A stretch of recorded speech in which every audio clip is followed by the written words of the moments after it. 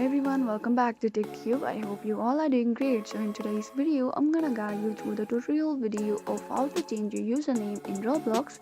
So if you wanna change your username in Roblox but don't know how to, then this video is for you. Watch till the end to know how to change your username in Roblox. So to get started, open Roblox application or official website of Roblox. So here I'm in application of Roblox. So once you open it, you will be appeared with this type of screen interface. And in the top left corner you can see the settings option. Click on it and click on settings. Now here you can see account information and you can see your displayed name, username. So here we have to change our username, so click on it, and as you can see my username is this, but I want to change it. So here I'm adding a new username. Once I'm done adding my username, you can see the save option.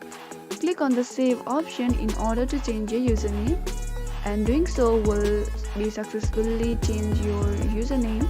So this is how easily you can change your username in Roblox. If you found the video to be helpful, please do not forget to subscribe to our channel and also press the notification bell for more updates. I'll see you again in the next video. Goodbye till then.